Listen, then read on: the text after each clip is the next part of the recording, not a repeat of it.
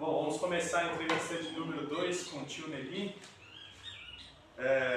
Eu vou fazer algumas perguntas, são perguntas básicas a respeito da sua experiência de vida, o que o senhor vê aqui, né? As suas futuras expectativas. E eu vou começar para o senhor falar o nome completo do senhor. Meu nome é Antoniel Silva Monteiro. Data de nascimento. 28 de 9/50. Nome da mãe Maria Jesus Monteiro. e nome do pai. Antônio Cupertino Monteiro. O senhor, o seu pai e sua mãe teve o senhor, mais quantos filhos? No primeiro, eu sou dos últimos, né? Então, depois de mim teve dois, mas antes de mim tinha muitos. Teve muitos filhos, mas o senhor sabe o número exato ou não? De irmãos que o senhor tem? De irmão era 14. Mas já morreu na idade de 16 anos, há muitos anos atrás. E agora já morreu já recente alguns aí, o João, o Guido, né? E o Vicente, já morreu. Então dos homens agora, do segundo casamento meu para criar a casa 2 vezes, do primeiro só tem um homem. Do primeiro só um? Só tem um irmão. Do segundo tem 2. E as irmãs, está todo mundo aí, as irmãs só morreu uma. Das irmãs. Era muita gente, era 7 homens, 7 mulheres. E tudo aqui na região do Gentil? Isso. O senhor nasceu e foi criado e atualmente mora no Gentil? Não saí. Aqui mesmo, nessa propriedade? Nessa casa. Ou tinha uma outra casa que o senhor morava? Não, aqui mesmo. Tem quase 73 anos que eu moro aqui. Já que a gente está falando aqui, o senhor tem mais ou menos noção de quantos anos tem essa casa? Mas era nessa casa? Nessa construção aqui? Não mudou nada não. E o senhor tem noção de quanto tempo tem essa construção? Olha, aproxima de 200 anos. 200 anos? Uhum. E quem foi que fez essa construção? Foi o seu bisavô? O senhor tem noção? Não é que não foi criado isso aqui pela família, não. O papai já comprou esse aqui já. O seu pai? Isso aqui não é de família, não. Então ele foi comprado. Vendeu um lugar e comprou outro. O seu pai vendeu um lugar e comprou outro. Onde foi que o seu pai vendeu? Vendeu lá em São Miguel do Anta. A propriedade que tinha lá comprou aqui. São Miguel do Anta é um outro município, né? Isso. E como foi que ele achou aqui? O senhor sabe dessa história, mais ou menos? Ele tinha um tio, um cunhado, que era irmão da primeira esposa dele. Andava pra lá fora, era um meio folgadinho, andava pra lá, descobriu esse negócio aqui. Ele gostava muito de ficar na outra fazenda ali, porque era muito amigo. E ele ficava enrolando os tempos dele, porque ele não era muito ligado com família nada, ele não cuidava muito da família nada. A mulher dele que cuidava do filho. Então ele descobriu isso aqui que estava vindo, ele falou com o papai, vem cá. E o seu pai, ele trabalhava com o que, seu pai? Toda a vida agricultura mesmo, toda plantio. Plantio. Agora me corrija se eu estiver errado. Na minha cabeça, isso daqui antigamente, até hoje né? Mas antigamente eu acho que mais. Isso aqui era considerado uma mansão aqui na região, né? Com certeza, porque naquela época o povo era pobre demais, a maioria do pessoal vivia em casa de sapé. Então depois o cara faz uma casa dessa, o cara está abastado, né? E olha, na época, antigamente aqui, quando o filho fazendeiro casava, era o único que tinha casa de telhado. Se ele fazia uma casinha pro filho do fazendeiro, uma casinha simples, mas de telhado, que o resto ele acabava mesmo, com sapé. E o senhor tem notícias a respeito dos proprietários aqui? Quem eram os primeiros proprietários? O senhor sabe mais ou menos alguma história ou não? Eu sei. Aqui, por exemplo, essa propriedade foi vendida de um vizinho que tinha uma propriedade do outro lado do rio. E teve uma morte ali, de conhecido dele, que tinha ali embaixo, uma cruz aqui, não vai ter mais não. E morreu, ele chateou com aquilo que quis vender. Então, aqui também era herança de pessoal da Bastada. Porque aqui, quando o papai comprou jaca de herdeiro, fazendo de herdeiro, já tinha morrido, comprou de herdeiro. Era pessoas abastadas. Mas suponho eu que o seu pai também tinha uma condição muito boa para poder comprar uma casa dessa aqui, não? Nada, bom, aqui não era um lugar muito valorizado, porque era pura capoeira. Tudo que você vê para fora era capoeira. Pouquinho lugar descampado. Era uma miséria naquela época, quando eu vim para cá, as pessoas que estavam aqui quase estavam passando fome. Ele que animou, vindo aqui, roçando, plantando, formando café, e melhorou a situação aqui, mas era muito pobre o povo. E aí o seu pai veio para cá tal, e você falou que não tinha muitas plantações, e o seu pai começou a cultivar o quê? Café, essas coisas? Era forte, era café, o interesse dele, eu gostava muito de café. Vai plantar outras, o forte mesmo que fazia para fazer dinheiro era café. Mas cultivava cereais para comer. Então ele cultivava o café para venda. Isso, é. E as pessoas da região aqui, como que era a agricultura na época? Era aquela agricultura familiar que plantavam para comer ou igual o seu pai que plantavam para vender? Olha, aqui tinha uns que só trabalhavam no ponto mesmo. Ponto assim? Trabalhando por dia. Ah, sim. Só por dia. Ele não plantava nada, só vivia de ordenado. Eu já tinha outros que eu já pegava o café para tocar meia. O que é isso? Dividir a metade da produção, ele colhe tudo e parte. Então, várias pessoas eram de meia. Entendi. E voltando um pouquinho para a família do senhor, o senhor teve muito contato com seus avós ou não? Não, muito pouco. Muito pouco? Pouco. Porque morava mais distante, né? Não mudar para cá, eu ficava uma avó. A mãe e o papai moravam em Viçosa e a mãe, o pai e a mamãe já moravam em Belo Horizonte lá. A gente ia uma vez ou outra, não tinha comunicação não. O avô era o avô, pai e mamãe, não gostava de neto também não. Não gostava de menino não. Não tinha negócio de carinho mesmo. E o avô nem chegava perto direito. Mas desses avós que o senhor chegou a ter contato, tinha algum que o senhor gostava mais, tinha mais afinidade ou não? Não foi filho dos avós não. E o relacionado ao seu pai? Ele teve vivo, o falecimento dele e tal, o senhor tinha quantos anos? Tinha 26 anos. Morreu em 75. E qual foi o motivo? Ele morreu com 77 anos. E o motivo que fumava muito, teve problema de pulmão, né? Ele fumava muito, mas naquela época tinha a consciência de que, o senhor tem que parar de fumar ou não tinha essa consciência que ia estragar a saúde? Não falava muito disso não. Mas sempre quando ia no consultório, minha filha, tem que parar. Mas ele não conseguiu parar também.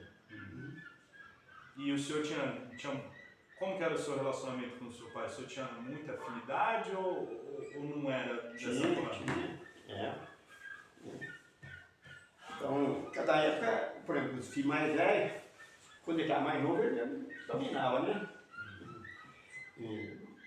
Mas quando já ficou mais velho, então os outros irmãos foram tudo já casando, aí eu fico tomando conta desse tempo aí.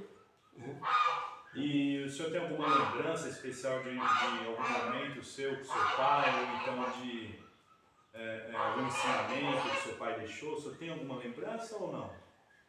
Não conversávamos não. Não era de muita conversa? Não. Mas isso com o senhor ou com todos os filhos? Não, com todo mundo. Com todo mundo? Como que era assim o trato dele com os filhos? Assim, era mais na questão mais antiga, pouca conversa, muito trabalho, era punitivo? Como que era essa questão? Não, era bom demais. Mas não tinha muita conversa. Porque para começar também tem uma diferença muito de idade, porque quando o pai, por exemplo, pelo menos meu pai já está bem de idade e está bem novo ainda, né? Dificulta no caminhar essa palestra. Quando o pai, por exemplo, o pai às vezes é mais velho que o filho, às vezes 25 anos e tal, mas meu pai. Aí é mais fácil, assim, troca de hora, né? O pai ainda está novo, ainda pode falar que é jovem, né? Mas aí não tinha muito diabo, não. Mas tinha algum irmão do senhor que tinha um entrosamento maior? O irmão mais velho, por exemplo? Ou o senhor Não, não. tinha não, né? E em questão a sua mãe? Ela morreu com quantos anos? Ela morreu com 87. 87? É. O senhor tinha quantos anos? 7 devia ter. Devia ter uns 40 anos, né? 40 anos? Nossa, conviveu bastante então, É, né? E qual, o senhor lembra da causa da morte? Tá sem infarto. Né? E como que era o relacionamento do senhor com sua mãe? Era um relacionamento amigável, problemático? Como que era? Nunca foi problemático, não. O senhor tinha uma grande afinidade com ela ou era igual o pai também? Tinha, não, uma mãe diferente. É? Tinha, com certeza. E às vezes uma discussãozinha. Sempre tem, né? Mas é muito boa. Ah, Até que a morte dela ele acaba só sentindo muito, né? sentiu bastante a mãe dela, né? Isso. Pelo fato da grande afinidade que o senhor tinha. Isso, Né? E o senhor tem alguma lembrança assim especial de algum ensinamento que sua mãe deixou, de algum exemplo de vida, de algum conselho que ela te deu? Não, mas ele devia contar casos. Ela até diz um caso aí que diz assim. Ela falava assim, quem não planta e não cria, não tem alegria. Isso aí era uma frase dela, que ficou gravada na sua memória. E é verdade também.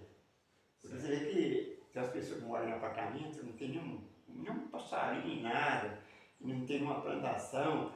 Toda a folga dele é viajar, também são pessoas vazias, né? E, assim, questão da sua infância, como que era o senhor na infância, o senhor quando era criança? Tinha amigos, brincava? Como foi sua infância? Tem uma parte que eu até acho engraçado, porque tinha uns trabalhadores aqui, pessoas boas, mas a gente era menino, nós ficava com a casa condenada, ficava ruim. E falava incapaz, gente, né? Não tinha. O capão, você menino. Mas nós tínhamos medo desse homem. E o senhor tinha algum amigo que o senhor lembra? Fala, pô, fulano de tal era grande amigo meu na infância e tal. Tem algum nome assim ou não? Não. Tem lembrança de alguma brincadeira que era comum entre as crianças aqui da roça fazer? Não, esses jogadores, peladinho, essas coisas, né? Não tem muita. E o senhor chegou a ter acesso à escola? Teve. Onde que era essa escola? A escola variou em vários lugares, né? Fui na escola aqui numa fazenda aqui abaixo, uns tempos lá, depois teve escola aqui, depois eu tive escola até lá na Brecha. E o senhor ia em todas essas escolas? Não, quando parava com um e ia para outra, né? E na Brecha a gente ficava lá numa casa lá mais perto, né? E o senhor estudou até com qual idade? Até 14. Até 14? Que pro padrão aqui, creio eu, que foi até bastante coisa, não foi? O padrão de antigamente era 4º ano, né? Mas não fiz 4º ano, foi antes, saí antes, 4º ano. Entendi. Mas como que era naquela época? Tinha incentivo dos pais ao estudo? O senhor tem lembrança de alguma família que o senhor lembra? Fala assim, nossa, aquela família incentivou o fulano de tal a sair fora, estudar? Ou não tinha nada disso? Não, o pai sempre ajudava. Mas todo mundo, na maioria daquela época antiga, era o 4º ano. Tanto que começou o pessoal a ir para São Paulo, que tinha o 4º ano aqui, já chegava lá em São Paulo, acho que para arrumar emprego lá, principalmente até no escritório mesmo, o 4º ano também era bom demais, né, o 4º ano aqui. E acho que fazia só lá um curso de geografia e arrumava emprego lá.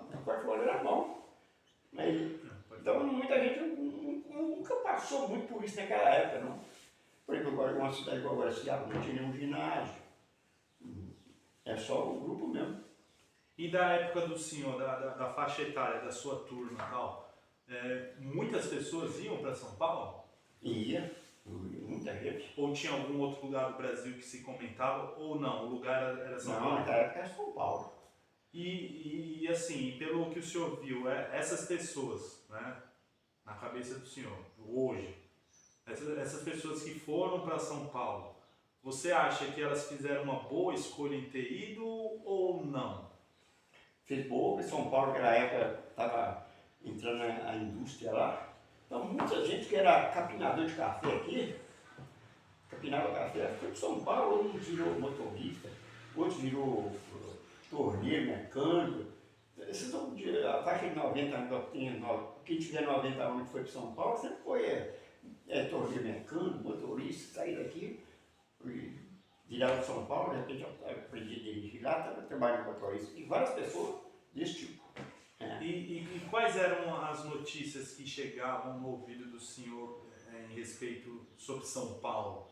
Como que o senhor via assim na época? Falava, nossa, São Paulo deve ser um lugar muito bom e tal. Quais eram as notícias que chegavam aqui em Minas? Olha, a notícia que sempre é bom São Paulo, você via só as famílias em Carafura foi para São Paulo. E também quando as pessoas vinham diferente, né? Ah, vinham diferente? Vinha trazer uma coisa diferente que aqui não tinha, né? Por exemplo, um rádio, um negócio de tirar uma foto, que não é. Então, a diferença é fulano ficou, tá bem, né?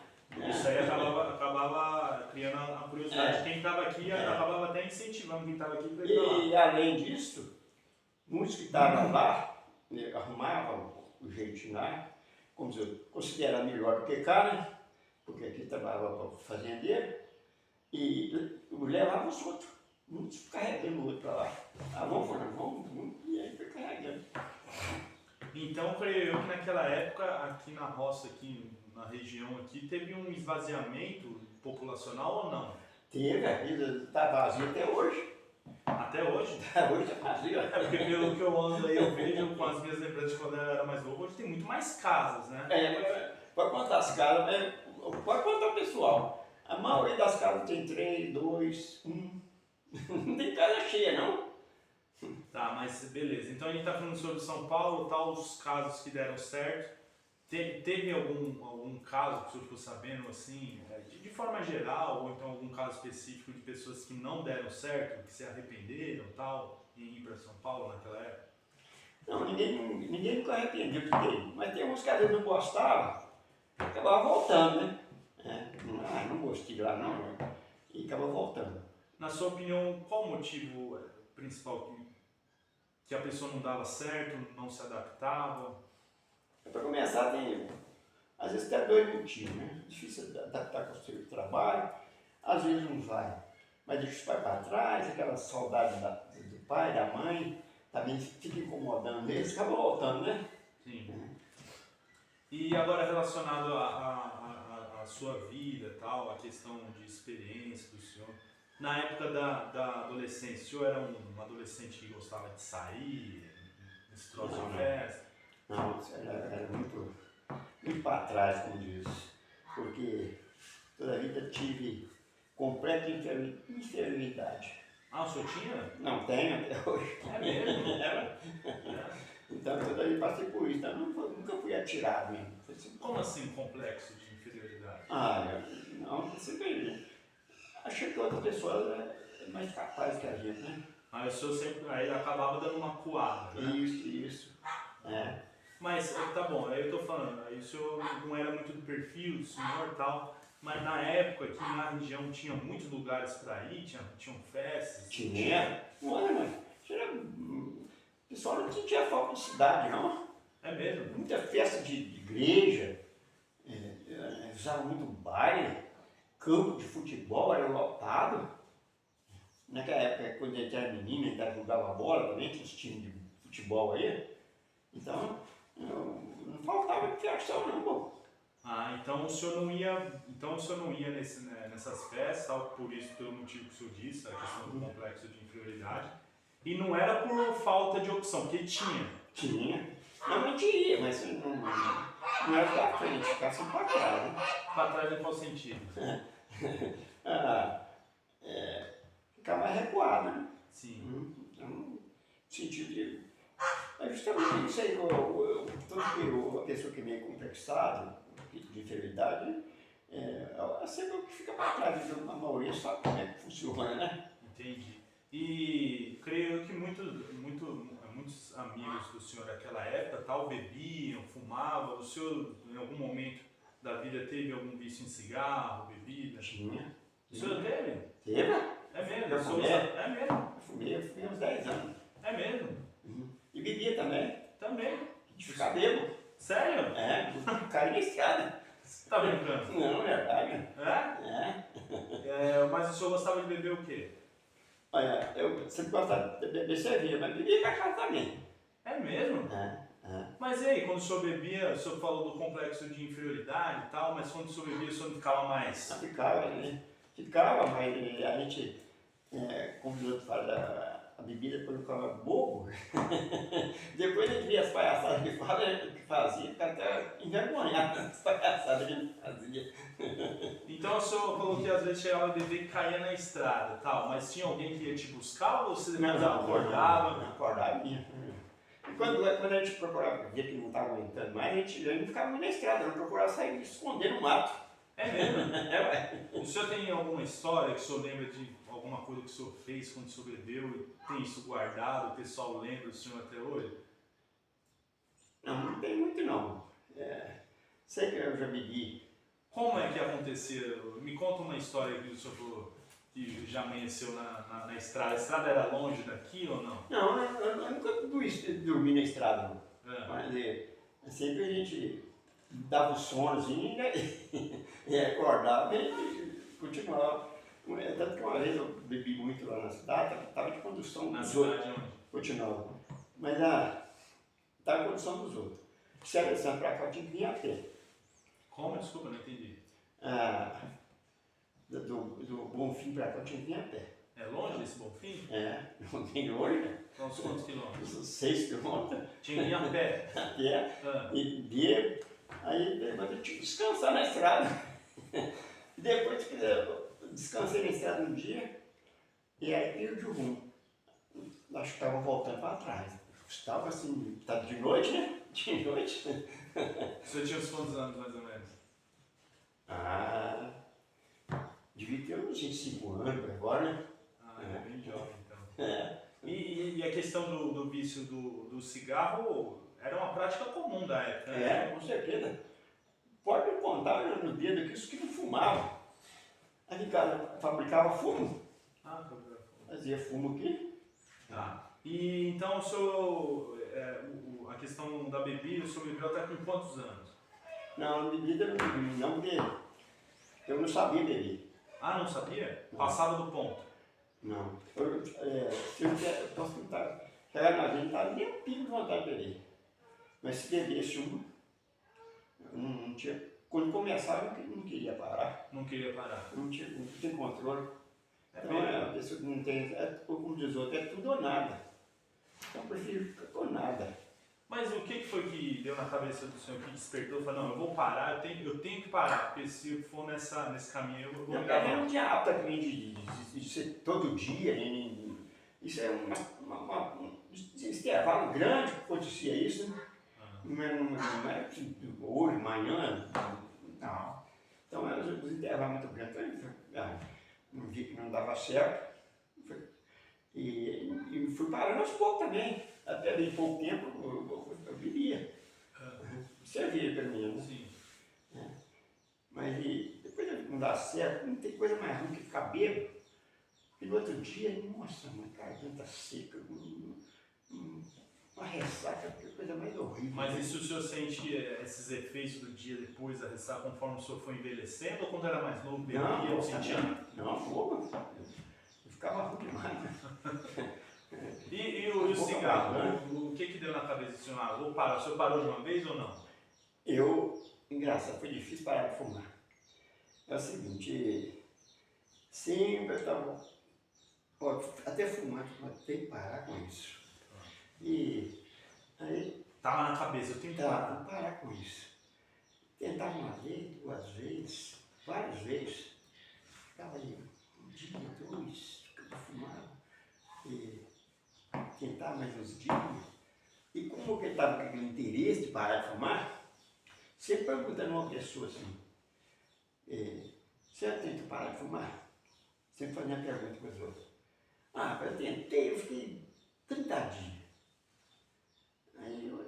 Aí eu também queria parar, mas não consegui mais, fiquei 15 dias. Aí comecei a falar assim, eu vou ver se eu vou na contagem de fulano. Que ficou 15 dias, eu vou ver se eu fico 15. Aí na que chegava os 15 dias, eu falei, mas fulano ficou em 30. Eu vou ver se eu não ponho contagem de fulano. E fui empurrando até hoje, assim, até hoje, estou empurrando ainda até hoje. Até hoje tá empurrando? E já tem mais de uns 40 anos. Mas creio que naquela época, como havia muitas pessoas que fumavam, então para você parar de fumar devia ser mais difícil, porque, por exemplo, você quer parar de fumar e chega alguém fumando. Era difícil. E eu estava fazendo mal também, de vez em quando uma falta de arzinho, né? Já estava dando uma falta de ar? Tá. O senhor fumava quantos cigarros por dia? Eu fumava praticamente quase um cigarro por dia. Nossa, bastante. E aí foi, deu o start, aí parou de uma vez. Aí estou provando até hoje. Eu vou provar quantos dias eu vou aguentar para sem fumar. Estou contando os dias até hoje. É igual o médico falou com a avó dele, né? Que ela fumava, né? Ele falou assim, ô dona Inês, você não precisa parar de fumar. Já acende um cigarro hoje e daqui a 30 anos já acende o outro. E se fosse para o senhor dar um conselho hoje para as pessoas que querem parar de fumar, parar de beber, qual seria o conselho? Nós vamos parar e eu fico até com pena de estar fumando. Eu fico até com pena, né? É uma coisa esquisita, porque é engraçado, viciar com uma coisa que não é gostoso, não é nada, é estranho. Mas naquela época fumar era sinônimo de... Macho, né? Não é? Beber cachaça. Tanto você vê que as coisas vão mudando conforme o tempo vai passando. Naquela época fumar era um status e tal. Hoje, dependendo do lugar, você tem uma falta de educação danada. Não também. Mas você sai mesmo. Põe você pra fora. Então, assim, relacionado àquela época que a gente está na época de infância, adolescência, ainda começo da fase adulta e tal, tem alguma coisa que o senhor fez, que o senhor se arrepende de ter feito? Tem alguma coisa que o senhor gostaria de ter feito e não fez, se pudesse voltar no tempo? Tem muita coisa que eu poderia ter feito e não fiz, mas depois eu também fico pensando assim, parece que Deus que dirige a vida da gente, às vezes a gente tem que passar por que eu passei mesmo, né? Então eu fui muito fracassado em namoro, porque o cara tem complexo de seriedades, é ciumento. Minhas namoradas judiavam comigo. Já no mau sentido. Porque eu era muito ciumento, né? Então, às vezes ela nem estava dando motivo de ter ciúme, mas ela já estava judiando comigo, já estava com ciúme. Hoje o senhor vê isso, depois de ter passado por Então, assim, se o senhor com a cabeça que tivesse hoje, né, com toda a bagagem que o senhor tem, se o senhor pudesse voltar ao tempo, encontrasse o Nelly aqui, de 20 e tantos anos, 17, se o senhor pudesse trocar uma ideia com ele e dar um conselho, qual seria o conselho que o senhor daria para ele? Até a respeito do casamento mesmo, eu dava conselho, porque a pessoa namorava com sinceridade, porque muita gente leva isso por brincadeira, né? E a gente brinca com coisa séria, né? Então eu achava que se eu fosse voltar um tempo atrás, se eu casar, a primeira coisa que eu queria casar, uma coisa certa mesmo, e não queria brincadeira. Sim. Uma coisa séria. Mas na época era namorar, era tipo aquele tipo de esporte. Então, você comparado com os colegas, eu ficava mais para trás, só era eu. Então existia essa comparação. Fala, pô, fulano tá conseguindo isso, aquilo, eu só fico para trás, não sei o quê. Isso mesmo. E questão da fase adulta e tal, hoje todo mundo já sabe que o senhor é evangélico e tal, mas na época o senhor era o quê? Quando o Major era católico? Todo mundo era católico, né? Mas o senhor era aquele católico que praticava ou não estava nem aí? Não, eu levava a sério, mas eu levava a sério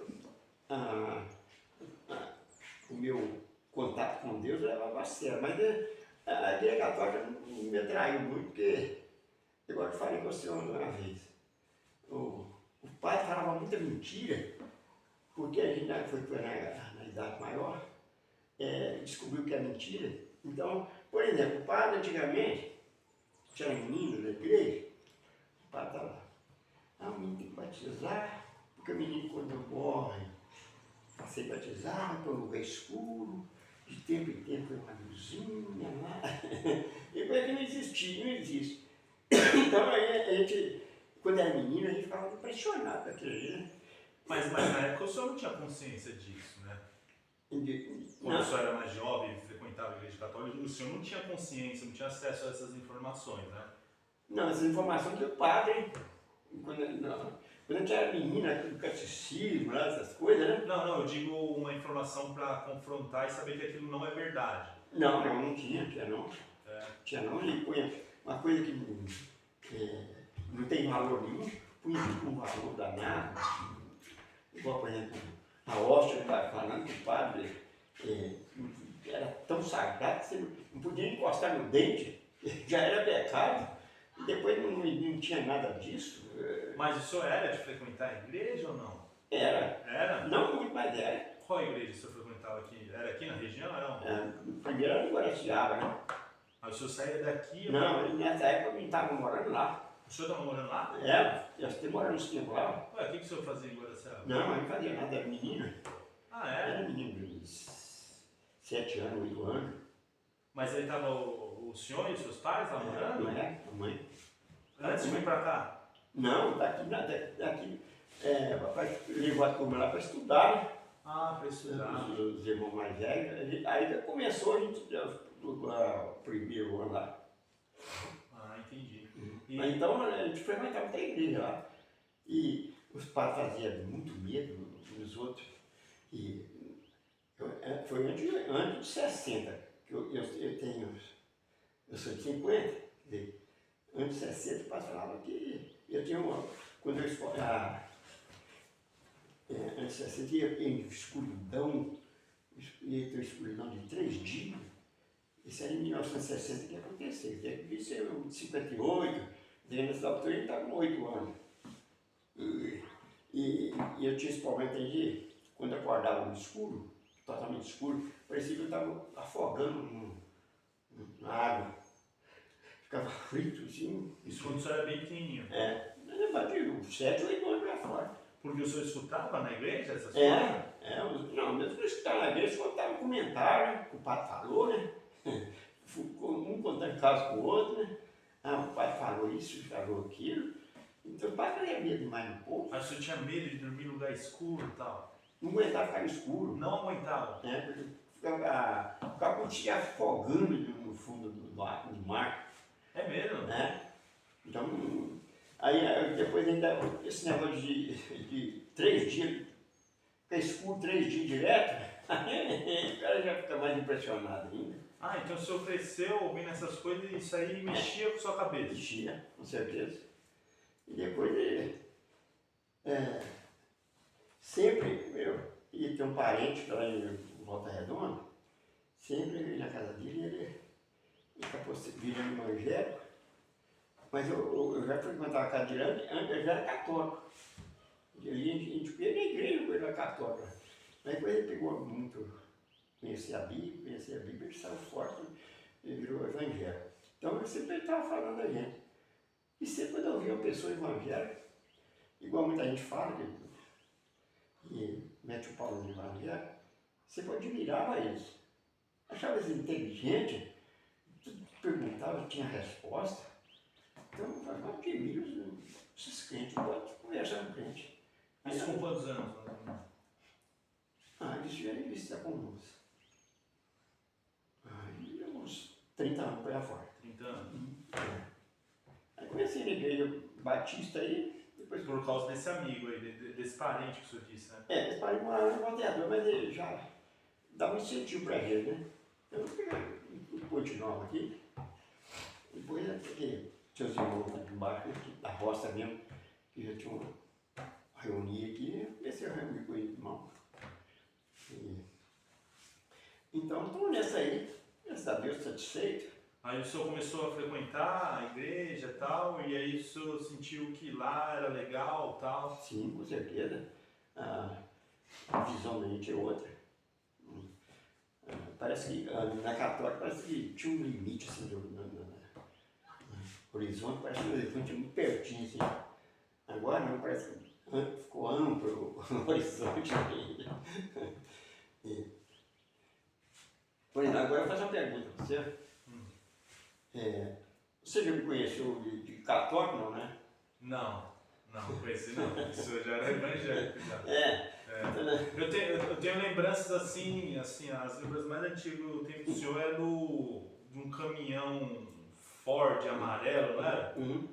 Que o senhor transportava pessoas aí, não tinha isso mesmo? O senhor mexeu com isso muito tempo, com esse transporte ou não?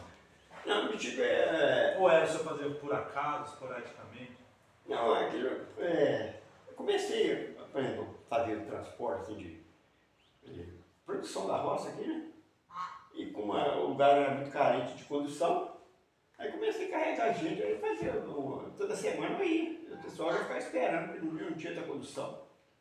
Então o senhor ia quantas vezes por semana? Uma vez por semana, final de semana, sexta-feira. E já tinha o horário certo? Mais ou menos no horário certo. Levava o pessoal e trazia. Eu lembro, era mais ou menos como se fosse tipo um pau de arara mesmo, né? Isso aqui. E ia cheio ou não? Não muito cheio não. Mas na média de uns 25 pessoas. Nossa, bastante gente. Ia e voltava 25? E o senhor, em algum momento, teve algum problema de fiscalização? Não. Porque isso aqui de dentro não dá espaço para mim, não. E nessa época, com esse tipo de transporte, deu para levantar um dinheirinho ou não? Aí dá para cobrir a despesa, né? E falando assim, questão de dinheiro, eu vou fazer uma pergunta para o senhor. O senhor acha que dinheiro traz felicidade? Não, de jeito nenhum. Por quê? O senhor falou com convicção mesmo, hein? Não. Que dinheiro que você fala aqui? Que dinheiro é isso? Dinheiro. A pessoa tem mais dinheiro e tal. Dinheiro. O senhor acha que assim, o dinheiro até um certo ponto ele pode trazer mais felicidade para a pessoa? Ou ele pode ser motivo de dor de cabeça? O dinheiro, por exemplo, o dinheiro que eu falo que é meu, o dinheiro, eu acabo até mudando o nome dele, que não é nem dinheiro, é o pão de cada dia.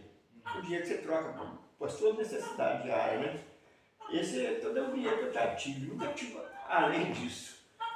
Mas o que tem além disso, o excesso, a sobra sempre dá problema. Toda sobra sua te incomoda. Qualquer coisa que estiver sobrando te incomoda. O dinheiro ali incomoda. E aí, como a Bíblia diz, que o dinheiro é raiz de todos os peças malas. E é mesmo, porque quando o cara está endinheirado, para começar, a primeira coisa, as interesseiras já querem namorar com você. Você já é casado, você já tem atrito já com a família. E aí você vai ver, um dia, aí vem uma trava atrás do outro. Mas igual o senhor disse aqui, que na época que tinham muitas famílias carentes, tal, uma pobreza e tal, na opinião do senhor, um pouquinho de dinheiro a mais não ia trazer um certo nível de felicidade para essas famílias ou não? Olha, podia saber, mas não era tanto dinheiro que faltava. Parece que faltava incentivo para esse pessoal, que o pessoal que mora na roça não plantava nada mais além dos cereais. Milho, arroz e feijão. ele não tinha uma variedade de mandioca, né, dos pessoal que moravam de Meireiro, não. Mas por que isso acontecia? Era falta de informação? Era preguiça? Era o quê? Mas é falta de informação. E depois eu tive conversa com uma pessoa, falei, mas naquela época não dava para plantar, porque era formiga demais. Tinha formiga demais. E a formiga também dava trabalho, mas se o cara tivesse esforço, não vicia as formigas. Um homem vai vencer uma formiga. Mas eu só não respondeu a pergunta também. O senhor acha que um pouco mais de dinheiro ia trazer um pouquinho mais de felicidade para essas pessoas ou não? Com certeza. Ia trazer? Com certeza. O que o senhor define como felicidade? Felicidade é prosperidade. Sabe o que é prosperidade? Não, é o quê? Prosperidade não é ser rico, não. Prosperidade é você ter paz, ter amor na vida, não ter necessidade, assim, pelo menos do básico, não ter necessidade. Então, isso é prosperidade, porque tem muitos ricos não têm paz. Muitos, em guerra mesmo. Então, o dinheiro, desde que ele não seja com excesso, porque é igual, por exemplo, o excesso de tudo faz mal. Mas a falta também faz, né? De qualquer coisa. Por exemplo, a falta de dinheiro é problema também. A falta de outras coisas. Qualquer coisa que você tem falta vai te dar problema. Então, o dinheiro, desde que não seja com excesso, ele faz bem. Daí eu nem considero dinheiro. Eu pouco cada dia, vai trocar uma coisa pela outra. Então, ser rico é muito diferente de ser rico. Ser rico é muito dinheiro. Para ser rico tem que ser muito dinheiro, né? Então o senhor acha, então, pela definição do senhor, que o excesso, no caso, pode trazer até alguma infelicidade, né? Com certeza. Uma dor de cabeça. Com certeza. E então, o senhor se considera uma pessoa feliz? Considero. Não tem nada que me amola. Não me falta nada. Eu só sou devedor de uma coisa. Do quê? Sou devedor da minha esposa. Porque ela faz mais para mim do que eu faço para ela. Já que o senhor tocou na questão da sua esposa, o senhor se casou com ela, o senhor tinha quantos anos? Eu tinha 37. 37? Uhum. E onde foi que o senhor a conheceu? A gente conheceu de menino, cara, daqui, né? Mas não de namoro, de conhecimento, né? Tá. Desde sempre, então, né? Já conhecia e tal, a família e tal. Mas quando o senhor era mais novo tal, já tinha um interesse ou não? Foi surgir depois de muito tempo e tal? Não tinha não. Tinha não? Não. E aí o senhor falou que casou com 37? Acho que é 37, 38 para fora. E como que isso aconteceu, tal, o namoro? O senhor estava morando aqui? Porque até onde eu sei ela morava em São Paulo, não era isso? Isso. Mas ela ficou viúva. Então, e como a gente toda a vida admirou, né? Como pessoa, né?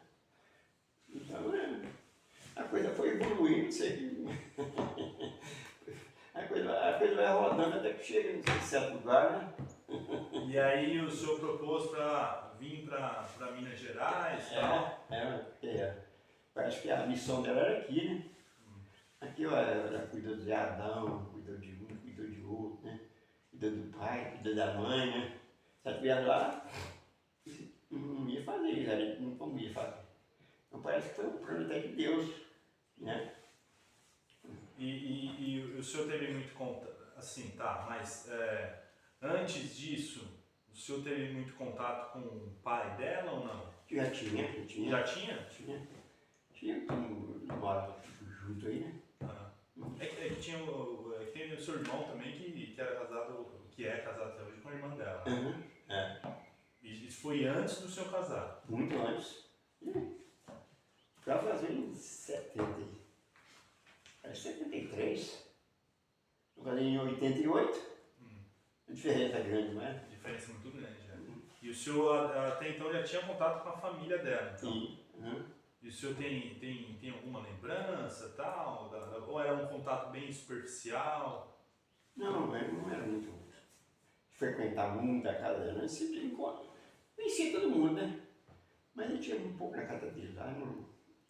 Mas E depois que o senhor casou, tal, o senhor chegou a ter alguma conversa com o pai dela ou não? Como assim? Com o senhor Livinho? De quê? Ah, não sei, alguma conversa, ele chegou, conversou com o senhor ou não? Não, eu parei de casar com a filha dele, foi a conversa assim, ó. E ele falou que, né, o senhor lembra dessa conversa ou não? Não, ele falou, tá bom, tá bom. E aí depois disso o senhor teve mais contato, então? Direto. Aí, quase todo fim de semana ele tava pra lá, né? Sim. E de agora em diante, quais são os planos que o senhor tem para a vida, o que o senhor espera da vida, o que o senhor vê daqui para frente?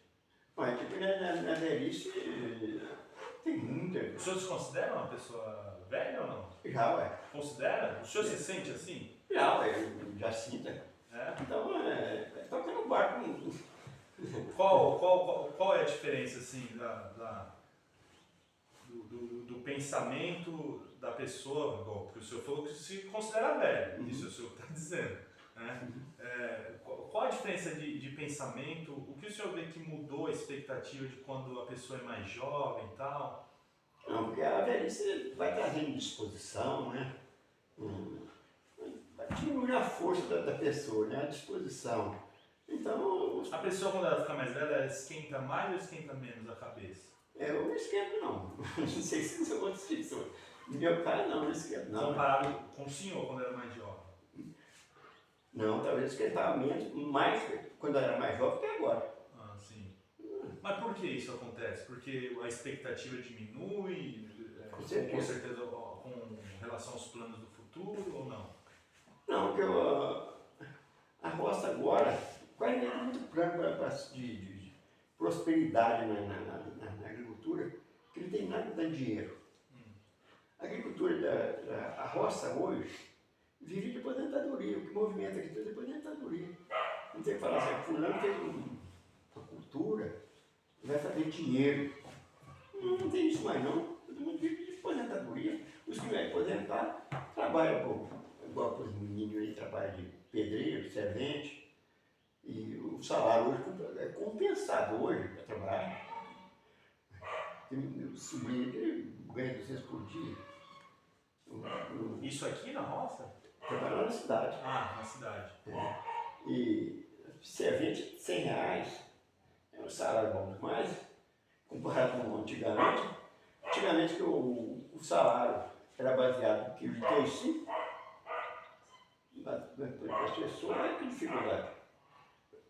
Então, assim, tá, já que o senhor falou de questão de roça, cidade, com certeza o senhor já viu e vê até hoje pessoas que nasceram aqui, né? E o senhor acha que, na sua opinião, essa molecada, tal, esses jovens, o lugar deles é na roça ou não? Eles têm que sair daqui?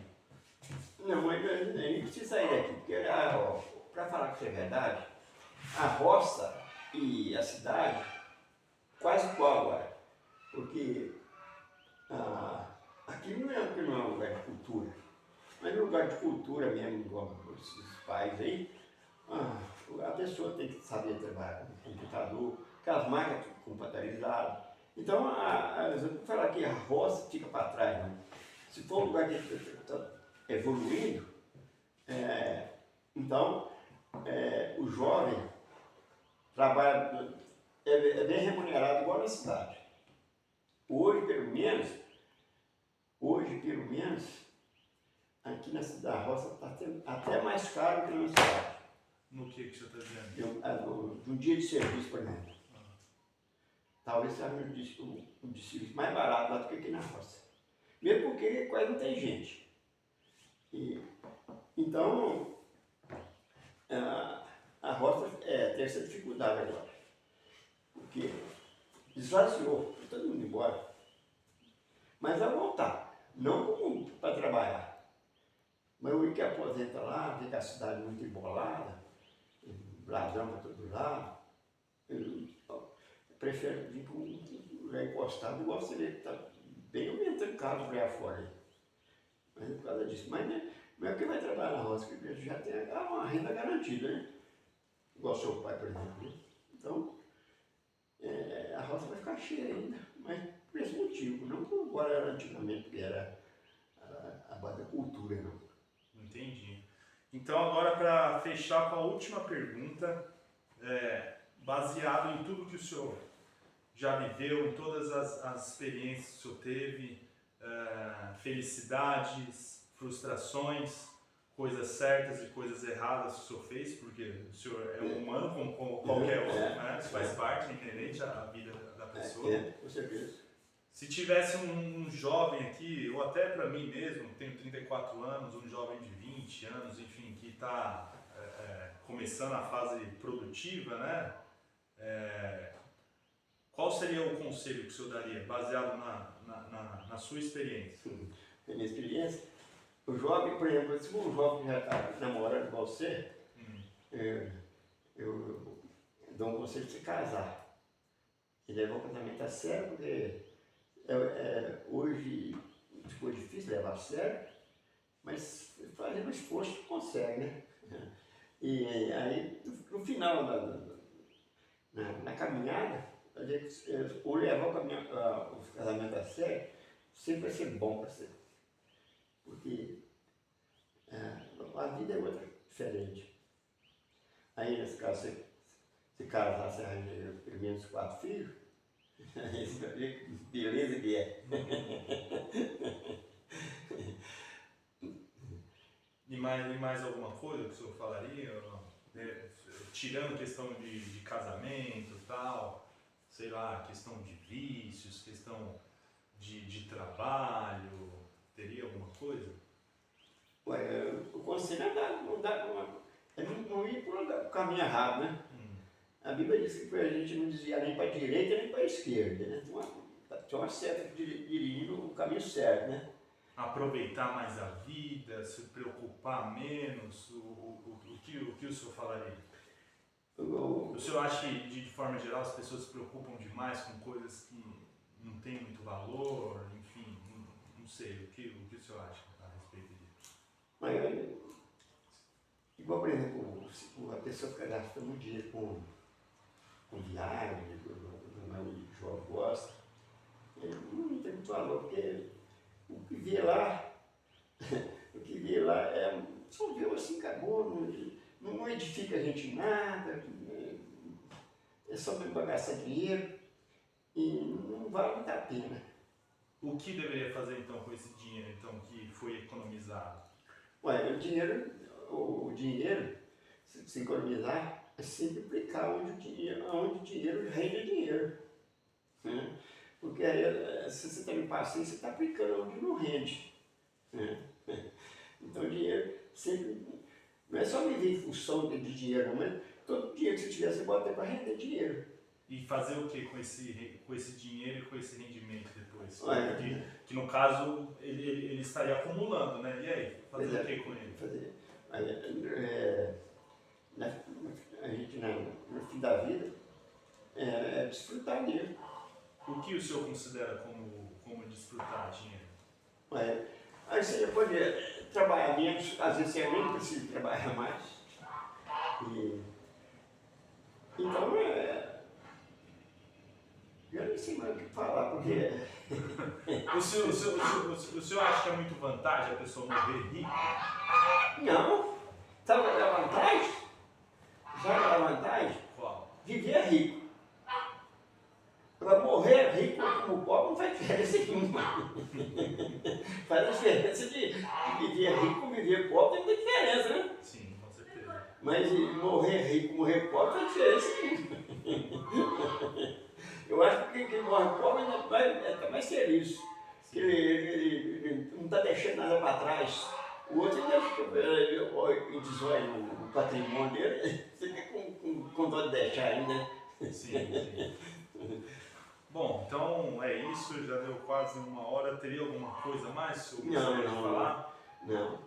Só isso. Só isso Então, mesmo. então, muito obrigado De nada. pelo seu ceder aí 1 horinha do seu tempo. E é isso aí, valeu. Mas